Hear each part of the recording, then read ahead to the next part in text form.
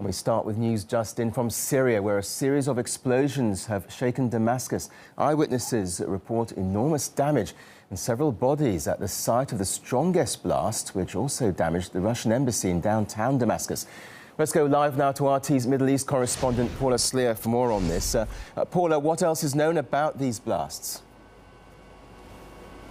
Well, what we can tell you is that a car bomb has exploded near the headquarters of the ruling Ba'ath Party in central Damascus. It happened in front of a barrier where regular troops are stationed. This is also not far from the Russian embassy. According to eyewitnesses, there was gunfire after the blast that seemed to come from the vicinity of the Russian embassy compound and the building there. Now, both government and opposition forces are confirming that this blast in fact did take place, but we are hearing from opposition fighters and opposition sources and activists that there were at least 2 other simultaneous explosions. We have no independent confirmation of this at this stage. State media is reporting that there have been many casualties. They are calling it a suicide bombing that was carried out, to quote, by terrorists battling the Syrian President Bashar Assad. Now, there seems to have been a large number of children among the wounded, and this is largely because it happened near a school. Syrian television is broadcasting footage of at least 4 bodies that have been thrown along a main street, and also footage of firefighters that are dousing dozens of burning vehicles that were in the vicinity. There is huge plumes of black smoke that is billowing over the area.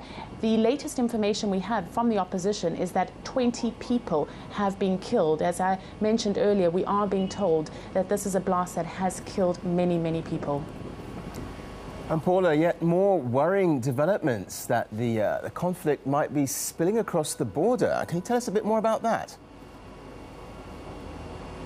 We are receiving indications that this conflict is likely and in fact is already spilling across the border. Today, Thursday, is the expiry date of a 48-hour deadline that was issued by Syrian rebels to the Lebanese political party Hezbollah. Now, the ultimatum says that Hezbollah needs to stop shelling free Syrian army-controlled areas, or otherwise it will retaliate.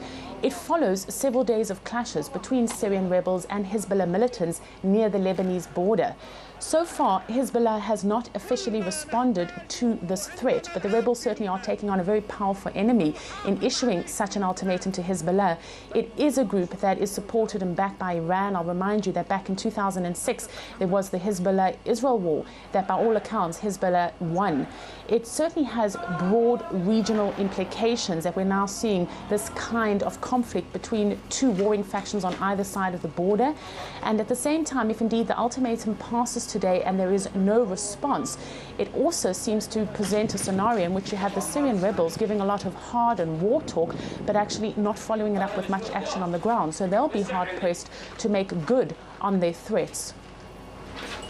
OK, Paula Sleer, for now, thank you for that update.